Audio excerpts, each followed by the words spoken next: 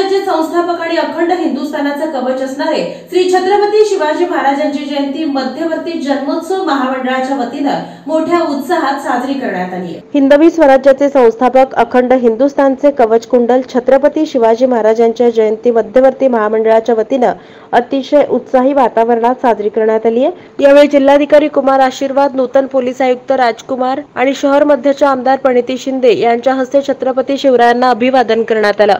यावेळी मर्दानी खेळ लेझिम तरुणांनी अतिशय भारधारपणे साजरा केला।